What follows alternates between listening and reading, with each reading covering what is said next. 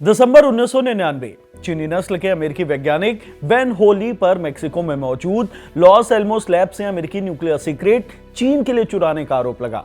अप्रैल 2018 US army में भर्ती चीनी नस्ल के जी चौक्यून पर यूएस आर्मी के इंजीनियर्स की जानकारी चीन को बेचने का आरोप लगा। 2023 में उसे 8 साल की सजा भी हुई। अक्टूबर 2018 चीनी इंटेलिजेंस ऑफिसर शू यानजुंग को जी एविएशन से एरोस्पेस सीक्रेट चुराने के मामले में सीआईए ने बेल्जियम से गिरफ्तार कर लिया। अमेरिका के खिलाफ चीन की जासूसी के ऐसे दर्जनों मामले हैं, लेकिन अमेरिका चीन की जासूसी करते पकड़ा जाए और इस इल्जाम में चीन के सुप्रीम लीडर शी जिनपिंग के सबसे करीबी दोस्त की बलि ले ली जाए, ऐसा कम ही सुनने को मिलता है।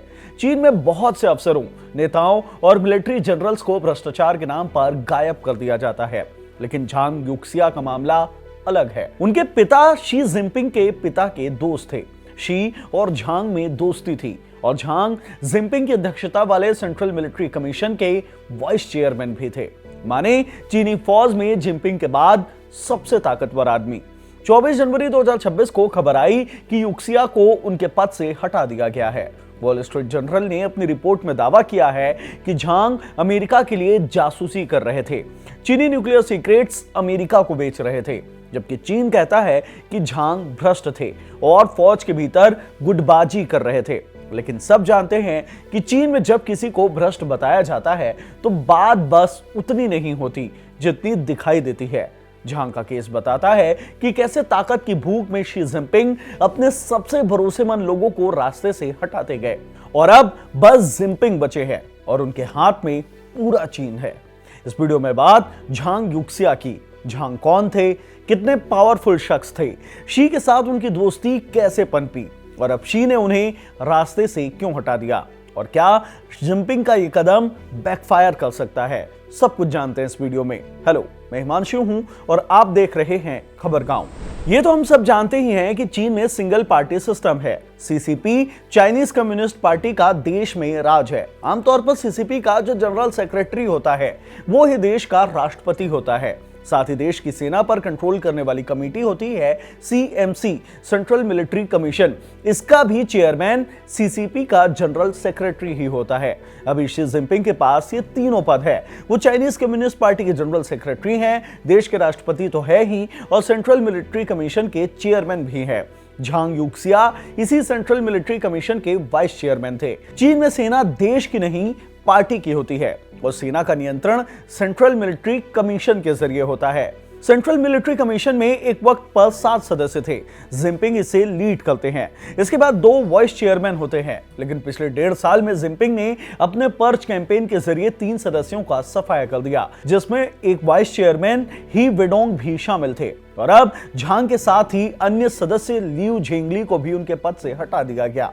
यानी देश की आर्मी को कंट्रोल करने वाली सबसे बड़ी कमेटी में 7 की जगह 2 ही सदस्य बचे हैं, खुद जिनपिंग और दूसरे हैं झांग शेंगमिन, जिन्हें ही विडोंग के सफाए के बाद उनकी जगह वाइस चेयरमैन नियुक्त किया गया था। 24 जनवरी 2026 को पहली बार झांग को लेकर ऑफिशियल कमेंट आया। चीनी रक्षा मंत्रालय के प्रवक्ता ने बताया कि झांग और लियू के खिलाफ पार्टी के कानून और अनुशासन के उल्लंघन का आरोप लगा है और उनके खिलाफ जांच शुरू की गई है।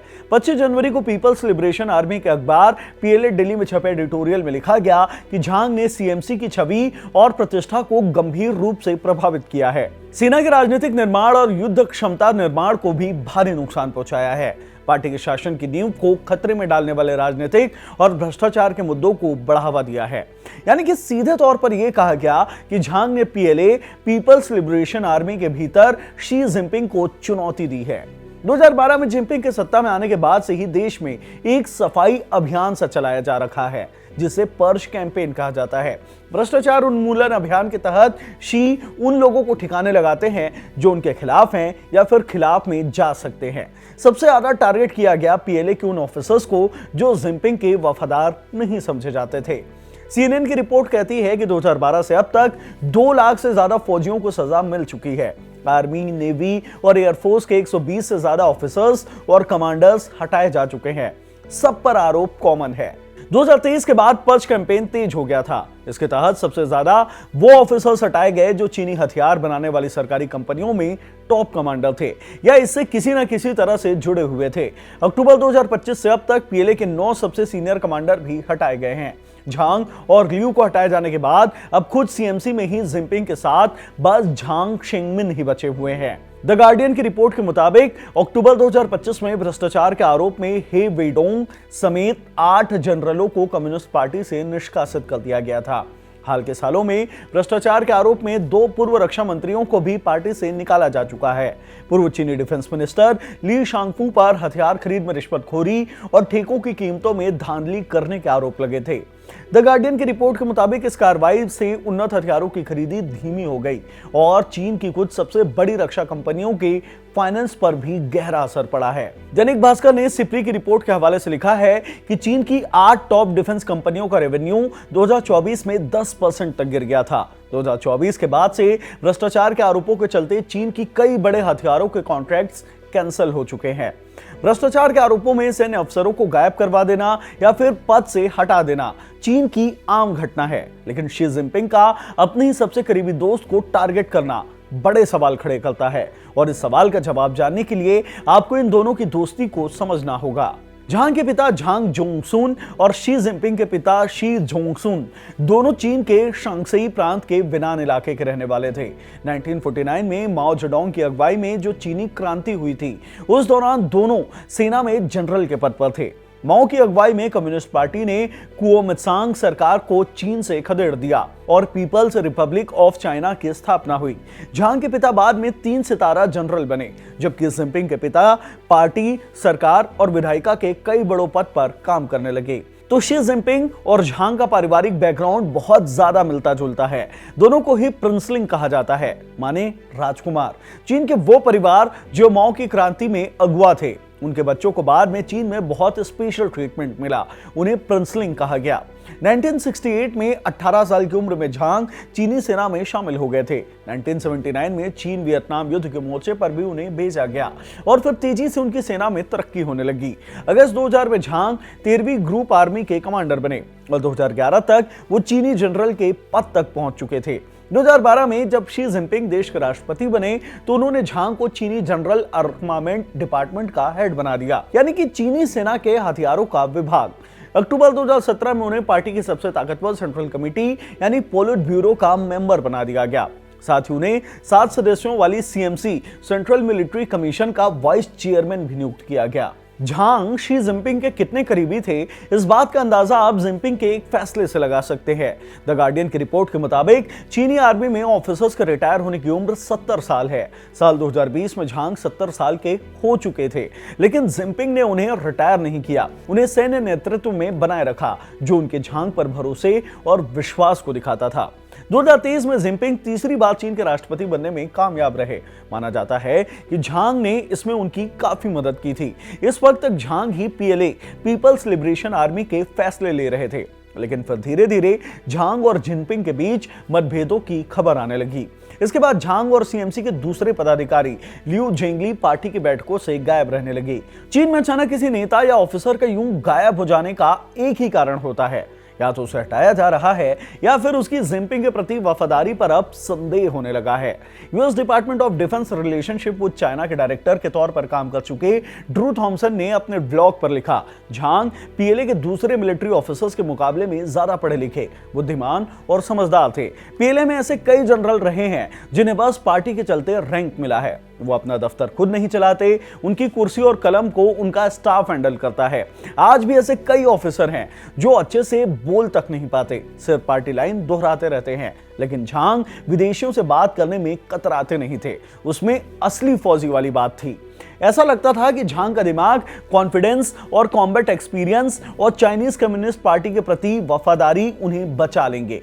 यह भी कयास था कि शी जिनपिंग के साथ बचपन की दोस्ती है और फिर दोनों के पिताओं की दोस्ती भी झांग को बचा लेगी। थोड़ी बहुत गड़बड़ियों को माफ कर दिया जाएगा, लेकिन ऐसा नहीं हुआ। ड्रू थॉमसन बताते हैं कि पीएलए में भ्रष्टाचार बिल्कुल आम है। ये शी जिनपिंग के लिए लंबे समय तक चलने वाले एक हथियार की तरह है, जिसके आरोप में वो कई संदिग्ध अधिकारियों को हटा देते हैं। 2023 से मुझे झांग योक्सिया के बारे में जांच की अफवाहें सुनने को मिल रही थी, लेकिन मुझे उम्मीद थी कि वो बच जाएंगे। 5 साल तक पीएलए की खरीदी बिक्री की जिम्मेदारी वो संभालते रहे। यहाँ बड़ा बजट और रिश्वतें आम बात है। पीएलए में अफसर प्रमोशन के लिए ऊपर वालों को पैसे देते हैं। झांग के पहले और बाद वाले दोनों अधिकारी भ्रष्टाचार के लिए सजा पा चुके हैं। अब झांग पर भ्रष्टाचार का आरोप है। झांग पर यह भी आरोप है कि उनका परिवार के लोग सेना के करप्शन में शामिल थे। हालांकि झांग जैसे टॉप लीडर्स को हटाए जाने के पीछे सिर्फ करप्शन ही इकलौता कारण नहीं हो सकता है जिनपिंग उन्हें अपने सत्ता के खतरे के तौर पर देखने लगे हों।